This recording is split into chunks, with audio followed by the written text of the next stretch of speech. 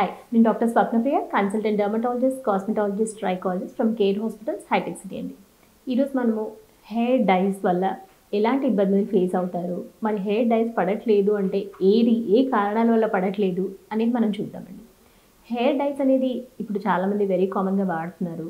And even young ఏజ్లో అంటే 20-25 ఇయర్స్లో కూడా అంటే బికాస్ గ్రే హెయిర్ అనే ప్రాబ్లం చాలా కామన్గా ఇంక్రీజ్ అయిపోయింది కాబట్టి ఈజీగా చాలామంది ఆప్ట్ చేస్తున్నారు కూడా హెయిర్ కలర్ కోసం. సో ఈ హెయిర్ కలర్స్ వల్ల ఏంటంటే స్టార్ట్ చేసినప్పుడు ఇనీషియల్ ఫేజెస్లో they might not face any problems అండి. Definitely long term over a period of time pigmentation problems is the most common side effect అండి. అంటే దానివల్ల ఏమవుతుందంటే నుదుటి భాగంలో పర్టికులర్లీ ఈ సైడ్స్ ఈ ఏరియాస్లో వాళ్ళ పిగ్మెంటేషన్ లాగా నల్లగా స్టార్ట్ అవుతుంది. చాలామంది ఏంటంటే ఎండ వల్ల టాన్ అయ్యాము అలా అనుకొని నెగ్లెక్ట్ చేస్తూ ఉంటారు. ఆఫ్టర్ సిగ్నిఫికెంట్గా అయిన తర్వాత డాక్టర్ని సంప్రదించిన తర్వాతే వాళ్ళకి తెలుస్తుంది అది హెయిర్ కలర్ వల్ల వచ్చింది. మేము 4-5 ఇయర్స్ నుంచి వాడుతున్నామండి, మరి ఇప్పుడు ఎందుకు వస్తుంది? ఇమీడియట్గా స్టార్ట్ చేయగానే పిగ్మెంటేషన్ ప్రాబ్లం అనేది తెలియదు. బట్ ఏమవుతుందంటే ఈ పిగ్మెంటేషన్ ఎందుకు స్టార్ట్ అవుతుందంటే హెయిర్ కలర్ వాష్ చేసినప్పుడు it will start flowing on the face. అంటే మనం తలస్నానం చేసినప్పుడు కూడా సమ్ అమౌంట్ వాటర్ ఫ్లో లాగా అవుతుంది. సో స్మాల్ మైక్రో పిగ్మెంటేషన్ లాగా డిపాజిట్ అయ్యి అది సన్కి రియాక్ట్ అయ్యి తర్వాత ఇంకా డార్క్ అవడం అనేది జరుగుతుంది. సో ఈ కారణాల వల్ల అది గ్రాడ్యువల్గా స్టార్ట్ అయ్యి సివియారిటీ ఇంక్రీజ్ అవుతూ ఉంటుంది. అండ్ దానిపైన కొంతమందికి సన్ ఎక్స్పోజర్ ఎక్కువ ఉన్నప్పుడు ఇంకా ఎక్కువగా పిగ్మెంటేషన్ రావడము ఆర్ అదర్ కాస్మెటిక్స్ ఏదైనా సమ్ కాంపోనెంట్స్ ఉండే కాస్మెటిక్స్ వాడినప్పుడు వాళ్ళకి టాక్సిక్ మెలనోడర్మా అని అంటే స్కిన్ పైన పిగ్మెంటరీ చేంజెస్ ఇంకా ప్రామినెంట్గా తెలుస్తూ ఉంటాయి. సో మరి దీనికి ఆల్టర్నేటివ్ ఏమైనా ఉందా అనే దాని గురించి మనం మాట్లాడదాం.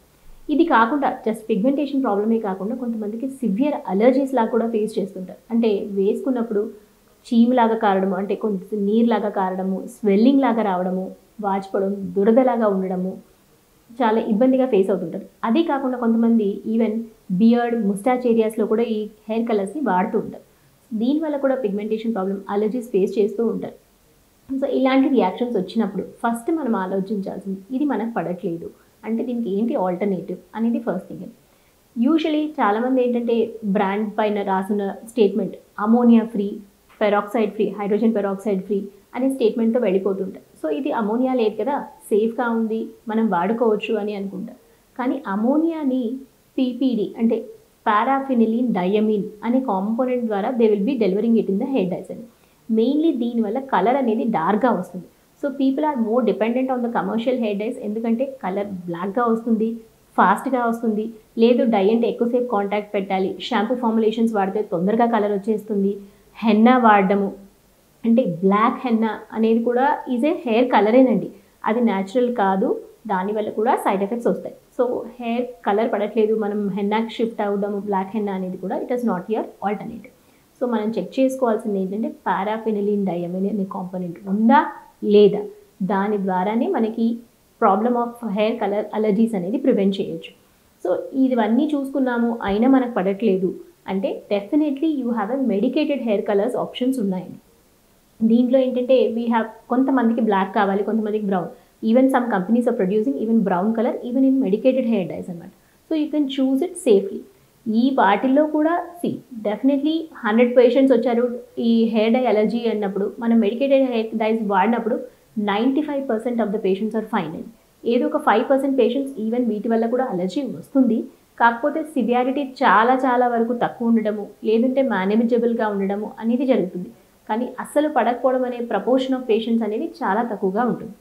ప్రికాషన్స్ పర్టికులర్లీ హెయిర్ డైస్ వాడినప్పుడు ఏంటంటే ఈ ఫోర్ హెడ్ ఏరియా పైన మాయిశ్చరైజర్ అప్లై చేసుకోవడము అండ్ ఆ హెయిర్ కలర్ని మనం వాష్ చేసుకున్నప్పుడు తల వెనకాలకి వంచి ఆ వాటర్ అనేది వెనకాలకి పోవడం అనేది చేసుకుంటే ఆ ఫ్లో ఆఫ్ దట్ పిగ్మెంటేషన్ ఉండే వాటర్ది ఫేస్ మీద కాంటాక్ట్ లేకుండా ఉండడం.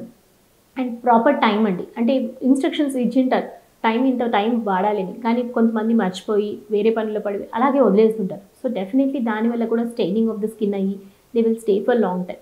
సో ఈ ప్రికాషన్స్ తీసుకొని ఎలాంటి ప్రాబ్లమ్స్ లేకుండా హెయిర్ కలర్ని సేఫ్గా వాడుకుంటే అలర్జీస్ ప్రాబ్లం కానీ పిగ్మెంటేషన్ ప్రాబ్లమ్స్ లేకుండా మనం హ్యాపీగా రికవర్ అయిపోతామండి. అద్భుతమైన ఆరోగ్య వీడియోల కోసం 3TV హెల్త్ ఛానల్ ని లైక్ చేయండి, కామెంట్ చేయండి, సబ్స్క్రైబ్ చేయండి, అలాగే షేర్ చేయండి. Thank you.